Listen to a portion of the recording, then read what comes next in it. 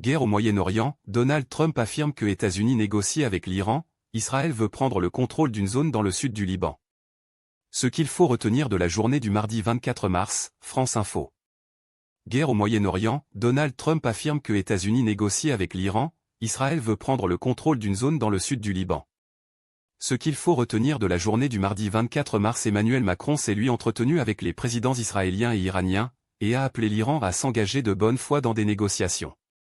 Publié le 24/03/2026, 23h45, temps de lecture, 6 minutes. Une frappe israélienne ayant ciblé le village de Haniyeh dans le sud du Liban, le 24 mars 2026.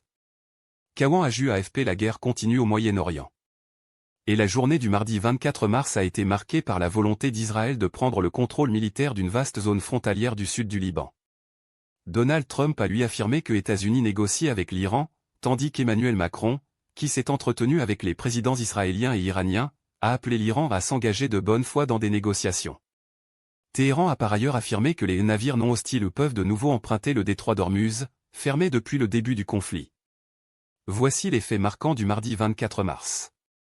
Israël veut prendre le contrôle militaire d'une vaste zone frontalière du sud du Liban. L'armée israélienne entend s'emparer d'une zone dans le sud du Liban courant de la frontière jusqu'au fleuve Litani, à une trentaine de kilomètres plus au nord, pour assurer sa sécurité, a annoncé le ministre de la Défense, Israël Katz.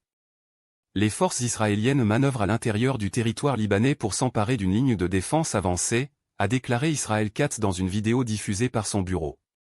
Il a ajouté que 5 ponts utilisés par le Hezbollah avaient été bombardés sur le fleuve et que l'armée contrôlera les points restants. Le ministre de la Défense a aussi affirmé que l'armée intervient pour prendre le contrôle de villages libanais proches de la frontière, qu'elle considère comme de véritables avant-postes terroristes. La France a exhorté Israël à s'abstenir de prendre le contrôle du Sud-Liban.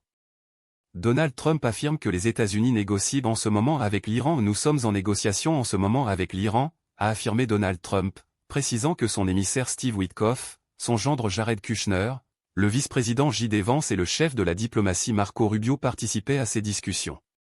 Le président américain a en outre assuré que Téhéran avait offert aux États-Unis un très gros cadeau lié aux hydrocarbures, sans donner de précision. Dans le même temps, la Maison-Blanche a dit que les opérations américaines contre l'Iran se poursuivaient sans relâche. L'Iran affirme que les navires non hostiles peuvent emprunter le détroit d'Ormuz. Les navires non hostiles peuvent, à condition qu'ils ne participent pas à des actes d'agression contre l'Iran ni ne les soutiennent et qu'ils se conforment pleinement aux règles de sûreté et de sécurité en vigueur, bénéficier d'un passage par le détroit d'Ormuz en coordination avec les autorités compétentes, est-il écrit dans un communiqué du ministère iranien des Affaires étrangères transmis à l'Organisation maritime internationale OMI. L'OMI a précisé que ce document, daté de dimanche, avait été émis avec la demande qu'il soit diffusé par l'OMI, qu'il a communiqué à ses États membres et aux ONG. Une centrale nucléaire iranienne touchée par une frappe. L'Organisation iranienne de l'énergie atomique a affirmé que la centrale nucléaire de Bushehr avait été touchée par une frappe, qui n'a pas fait de dégâts. Elle a accusé les États-Unis et Israël d'en être à l'origine. Alors que l'ennemi américano-sioniste poursuit ses hostilités, un projectile a frappé l'intérieur de l'enceinte de la centrale de Bushehr, a rapporté l'organisation, en précisant qu'aucun dégât matériel ou technique, ni aucune perte humaine n'a été signalée à ce stade. Peu après, l'Agence internationale de l'énergie atomique AIEA a appelé à la retenue maximale afin d'éviter tout risque pour la sûreté nucléaire en période de conflit. La centrale nucléaire civile de Bushehr, dans le sud de l'Iran, avait déjà été frappée la semaine dernière par un projectile, qui n'a fait aucun dégât sur l'infrastructure ni blessé, selon l'AIEA. Emmanuel Macron a échangé avec les présidents israéliens et iraniens. Le président de la République a évoqué lors d'un entretien téléphonique l'urgence de prévenir une nouvelle escalade du conflit au Liban avec Isaac Herzog, alors qu'Israël souhaite prendre le contrôle militaire d'une vaste zone frontalière du sud du Liban. Je l'ai assuré de la pleine solidarité de la France avec le peuple israélien face aux attaques quotidiennes de l'Iran et du Hezbollah dont il est la cible. Ces attaques doivent cesser immédiatement, a aussi écrit sur X le chef de l'État. Plus tard, le chef de l'État a appelé l'Iran à s'engager de bonne foi dans des négociations en vue d'une désescalade du conflit à l'issue d'un entretien avec son homologue iranien Massoud Pezeshkian. Le ministre de l'économie français évoque un nouveau choc pétrolier. La guerre au Moyen-Orient provoque un nouveau choc pétrolier qui risque de peser sur la croissance économique de la France, a affirmé le ministre français de l'économie Roland Lescure à l'Assemblée nationale. L'hypothèse d'une crise passagère, dont les conséquences économiques s'effaceraient avec la fin des bombardements, n'est malheureusement désormais plus d'actualité, a-t-il dit, devant la commission des finances de l'Assemblée. Sujet suivant. Consommation de protoxyde d'azote, conduite sous emprise, transport. Laurent Nunez annonce un durcissement de la législation du gaz hilarant, Freusinfo. Consommation de protoxyde d'azote, conduite sous emprise, transport. Laurent Nunez annonce un durcissement de la législation du gaz hilarant. Ces mesures figurent dans un projet de loi plus global de lutte contre la délinquance et la criminalité organisée présenté mercredi en Conseil des ministres. Publié le 24/03/2026 21h51, mis à jour le 24/03/2026 22h59. Temps de lecture, 2 minutes. Le ministre de l'Intérieur, Laurent Nunez, au Palais de l'Élysée à Paris, le 4 mars 2026. Benoît Durand en Lucas AFP. Laurent Nunez a annoncé, mardi 24 mars sur TF1, un durcissement de la législation contre l'usage détourné du protoxyde d'azote, un gaz hilarant considéré comme un fléau dangereux et très prisé par les jeunes. 3 délits punissant sa consommation, la conduite sous son emprise et son transport vont être créés. Le ministre de l'Intérieur a ainsi expliqué qu'inhaler le produit serait passible d'une peine d'1 an de prison et de 3 750 € d'amende avec possibilité d'une amende forfaitaire de 200 €. Le transport du produit sans motif légitime sera passible de 2 ans de prison et 7 500 € d'amende et la conduite sous son emprise de 3 ans de prison et 9 000 € d'amende. Sa vente sera strictement encadrée. Plages horaires pour l'acheter, interdiction de vente la nuit. La vente illégale sera sanctionnée jusqu'à 6 mois de prison et 7 500 € d'amende avec possibilité d'une amende forfaitaire délictuelle AFD de 500 € et les commerces contrevenants feront l'objet d'une fermeture administrative, un progrès significatif, selon Laurent Nunez. L'Assemblée nationale et le Sénat ont chacun de leur côté déjà adopté un texte spécifique pour interdire la vente aux particuliers de ce produit dont l'usage détourné est devenu extrêmement dangereux. Ces mesures du gouvernement, qui figurent dans un projet de loi plus global de lutte contre la délinquance et la criminalité organisée présenté mercredi en Conseil des ministres, se substitueront au texte des députés et sénateurs. Le ministre de l'Intérieur Laurent Nunez a aussi présenté les autres grandes lignes du projet de loi. Il a évoqué la création de nouvelles sanctions contre les rodéos motorisés, la consommation de stupéfiants ou encore la violence dans les stades. Le tout accompagné de moyens accrus donnés aux enquêteurs. Sujet suivant. Les températures pourront perdre jusqu'à 10 degrés, un temps froid et pluvieux est attendu à partir de mercredi, France Info. Les températures pourront perdre jusqu'à 10 degrés, un temps froid et pluvieux est attendu à partir de mercredi. Météo France parle d'un ressenti parfois hivernal à partir de mercredi, avec l'arrivée d'une perturbation en France. De la neige est aussi attendue en basse et moyenne montagne. Publié le 24/03/2026 19h33, mis à jour le 24/03/2026 19h45. Temps de lecture, 1 minute. Un passant se protège de la pluie avec un parapluie, le 12 février 2026 à Toulouse Haute-Garonne. Frédéric Chébé en Lucas AFP. Il va falloir ressortir les bonnets, les manteaux et les parapluies. Les températures vont brutalement chuter à partir de mercredi 25 mars en raison de l'arrivée d'une perturbation, détaille Météo France sur son site, évoquant un temps plus froid et perturbé, avec un ressenti parfois hivernal. Les températures pourront perdre jusqu'à 10 degrés par endroit, détaille ainsi le prévisionniste. La chute va être particulièrement brutale dans la moitié nord de la France. La pluie va également faire son retour, avec des giboulées. Il pourrait aussi neiger en basse et moyenne montagne.